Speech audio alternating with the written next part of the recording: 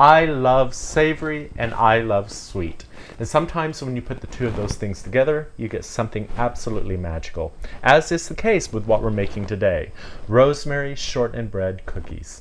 So, grab your apron, get inspired, and let's make something savory and sweet together today from the Dewey Kitchen.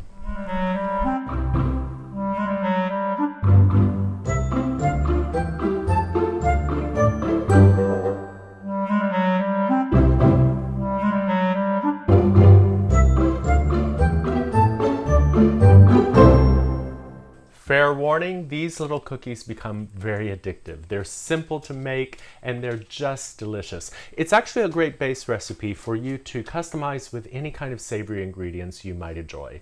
But for today's version, here are all the ingredients you'll need for the rosemary shortbread cookies. 1 cup butter softened, ½ cup confectioner's sugar and more for dusting, 2 cups all-purpose flour, 2 tablespoons minced fresh rosemary or dried rosemary, ½ teaspoon sea salt. Okay, I have already jump-started our cookies by creaming our butter and our sugar together, and because we're using confectioner's sugar, it comes together very quickly. So I'm just adding now our flour and our sea salt. Now, if you don't have any sea salt, you can absolutely use regular salt for this. However, I do recommend using sea salt for this recipe because the size of the grains of salt will add an extra surprise of flavor whenever you bite into the cookie. Okay, let's get this started. We're gonna mix this together. The consistency will be about like Play-Doh once you're done with this. And now we're gonna add our delicious fresh chopped rosemary. Let it mix really well into the batter here. Oh, it just smells so fragrant. It's so nice. Okay, and that is looking great to me. We're just going to take this off here, set this aside a bit.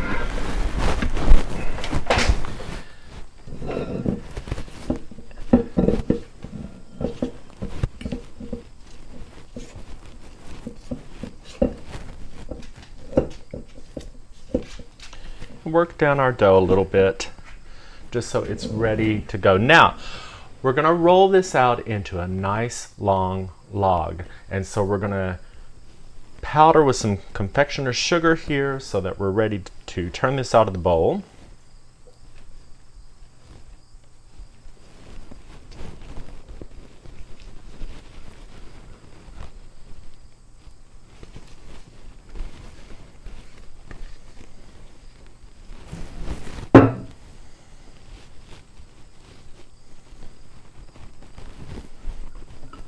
And just powder on top of it as well so that it is nice and pliable without being sticky. And now we're just going to take this and we're just going to roll this out into a nice long log here. You may notice I haven't said a thing about how long to make your cookie dough log. Well, the reason is because that's actually up to you, because it determines the size of cookie you're going to get. Shortening bread doesn't have any rising agent in it, so as a result, it doesn't expand much when it hits the oven. So however long you roll out your log and however thick you cut your cookie is pretty much the size of cookie you're going to get. For me, I like a little bite-sized cookie for this recipe. I like a smaller bite-sized cookie with these rosemary shortening bread cookie. So this is about right. So now I'm going to take some cling wrap. And I'm just going to wrap this nice roll in it. And now we're going to take this and we're going to put this into the freezer for a good 15 to 30 minutes, if not longer. The reason is because we want this dough to be really nice and chilled for when we cut it so the cookies will maintain their shape and be ready for baking. So I'm going to put this into the freezer and I'll catch you on the other side. Okay, our cookie dough has sufficiently chilled and now it's time to just cut these into little cookies. And you'll see I've already started. There's really nothing to this.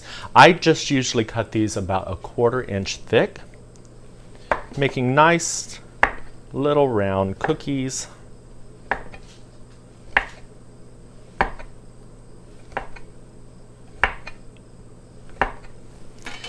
And placing them onto a nicely sprayed cookie sheet. room for a couple of more here.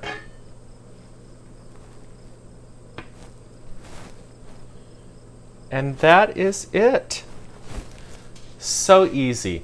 I can tell you that already I smell the rosemary in these cookies. It just smells delightful. So now we're going to put these in the oven and see how they turn out. I'll catch you on the other side.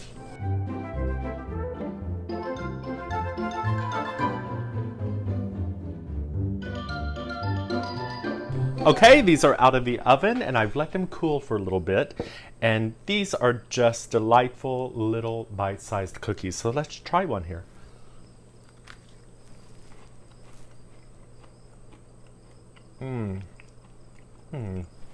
They are just charming.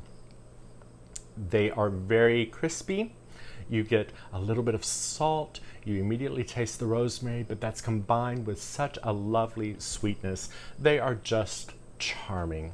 So I hope you enjoyed today's episode. If you did, please do me a favor and hit the subscribe button so you'll know when the next episode comes out.